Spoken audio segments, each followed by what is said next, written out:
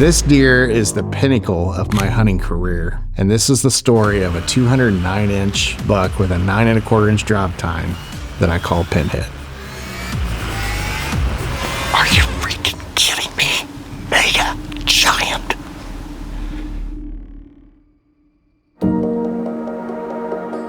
So the first year on this property, we bought it in 2016, and this buck, I actually jumped him up, and I could see that he had a lot of character, but he was young.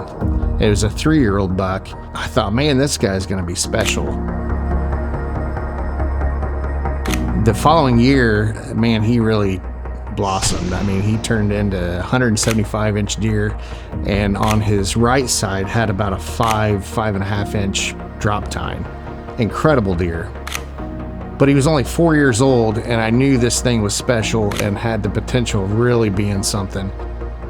And that fall, actually, as I'm sitting in my Novik stand, I actually had him come in and presented a shot, but I elected to pass because I knew the deer was only 4. I knew this thing had really the possibility of breaking that 200-inch coveted mark. And I really wanted to see, give him that opportunity. I had a lot of confidence this year because not only the property that I had, but my neighbor had quite a bit of property, and he had killed another 4-year-old that was amazing, since he was already tagged out and all the CRP that was around at that time, that Pinhead had the opportunity to make it. And I was going to do everything I could to make that happen. So, he made it through season, and now I'm really excited to see what he's going to do as a 5-year-old. So as the summer's progressing, I'm watching him just grow and grow and grow, and it's incredible. I mean, he's in the food plots, and I actually even had a picture of him where he's shedding velvet. He has a huge frame. He's got kickers, he's got stickers, he's got tall tines. His drop tine actually moved from his right side to his left side and went from about 5 inches to 9 1/4 inches. He just has everything, and he's a real impressive buck. Man, I just could not believe that I was going to get the opportunity to hunt this deer. And this is on my own personal property. And even though it was only 43 acres, I've got him where he's wanting to stay there.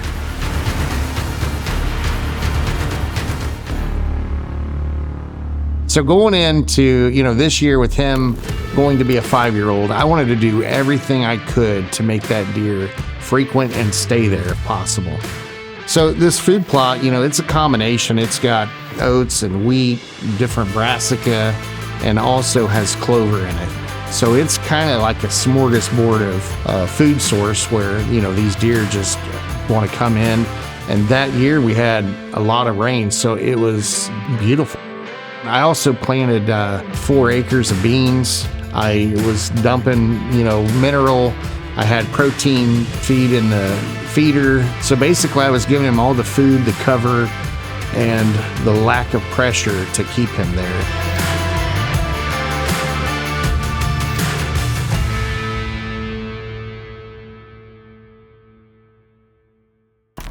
I'm excited to introduce a brand new Deer Society video series called The Art of Deer Hunting. Now within this series we have categories such as the art of calling, the art of food plots, the art of scent control. We're going to detail and break down all things in these categories plus more, from trail cameras, stands, scrapes, all things related to successful deer hunting is what this series is all about. This series is a culmination of all the information we've received internally from some of the best deer hunters across the country and the methods they've used to successfully harvest mature whitetails year after year. This is called The Art of Deer Hunting on the Deer Society YouTube channel.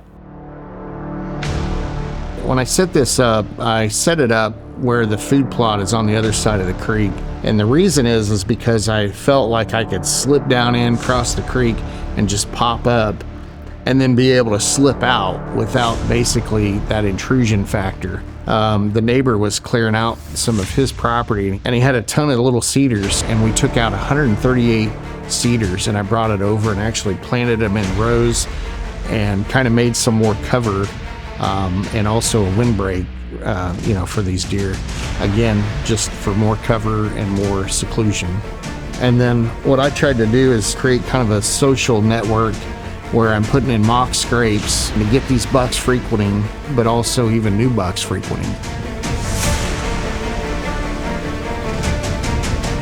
Got into November, and at that point I knew he was running around. I wasn't seeing him on the property as much. I wasn't getting any pictures of him. I really wasn't even sure if he was still alive. I hunted all week. It was single digits most of the time, and it was Saturday morning. I had actually the first time laid my eyes on him that year, and I watched him about 400 yards out run across this field. He got to the other side. He worked a scrape. I tried calling at him, but he couldn't hear it. It was way too far.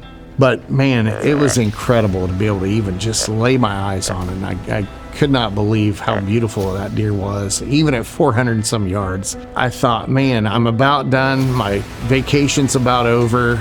You know, the only plus side was I knew he was still alive, and I still had plenty of season left.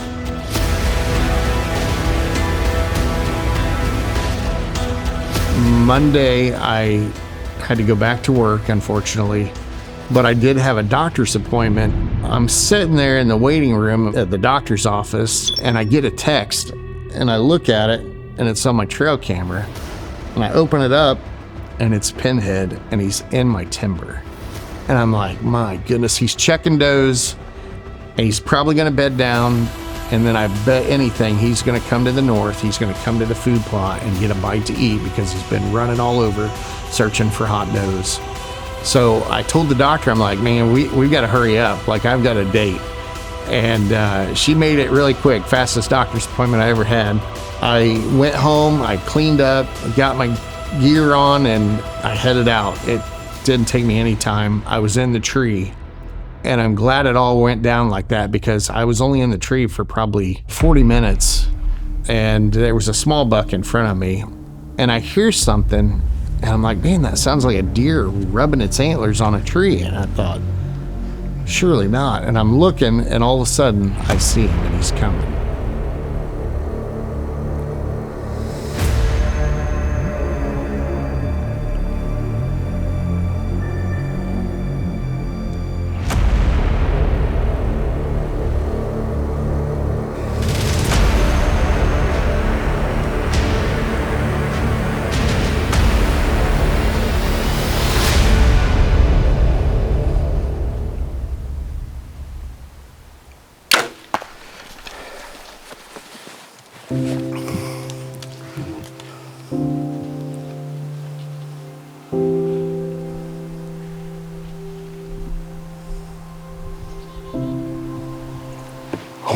My goodness sakes.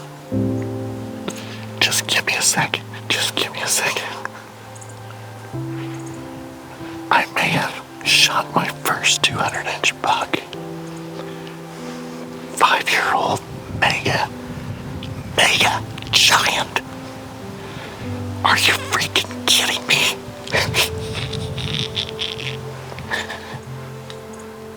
And I only have 43 acres to hunt him on.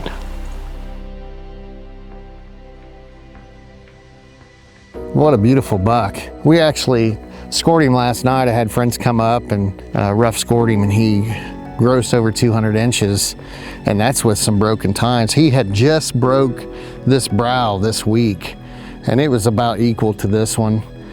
He's got another little kicker up here that was off that's broke. He's got a complete spot here on his another kicker that was on his left G2 that was broke. This main beam was 26 inches. This one was 23. You know, he's probably lost 8 inches just in breakage, but he still grossed over 200. But you know, what an amazing creature. Stickers, height, drop tine. Yeah, drop tine's almost 10 inches. If you look at what he was in 2016 to 2017 to 2018, what a beaut. We had a north wind and he came from the south. He didn't pick up anything. Gave me a 30-yard shot. You can see on video, he didn't go far. I thank the Lord, I thank my wife, I thank my kids for moving out here from Indiana and making my dream come true. some of the key, features that really made this hunt possible. Number one is the habitat. You want to do whatever you can to make that area that you can hunt as attractive as possible so they stay in there, and also minimize, how much intrusion you have. The other thing is having confidence in my scent control regimen to allow me to hunt a wind that's really not that great for me, and it's more in favor for the buck. Another thing that really played a key element in this is, just the intel of this deer, multiple years, all the pictures, knowing that he really liked that area, and also he felt comfortable there. And even though he was gone for a short time, he came back. You're only going to have so many opportunities, and the more things you put in your favor to give you the confidence, the tools to put in your arsenal to where you can hunt in different scenarios, because you're going to find when you're hunting mature bucks, you may only have one opportunity at actually being able to kill that deer. The stars have to align, and it's not a matter of, how many times you go hunting. It's a matter of picking the key elements and the right timing and having all the tools to where you go in to kill that animal. Thanks for watching this Deer Society Hunt Breakdown. Subscribe to the channel for more great educational content to help you become a better hunter, from podcasts to the Art of Deer Hunting series, hunt breakdowns, tips, tactics, and a whole lot more. The Deer Society is all about deer hunting education.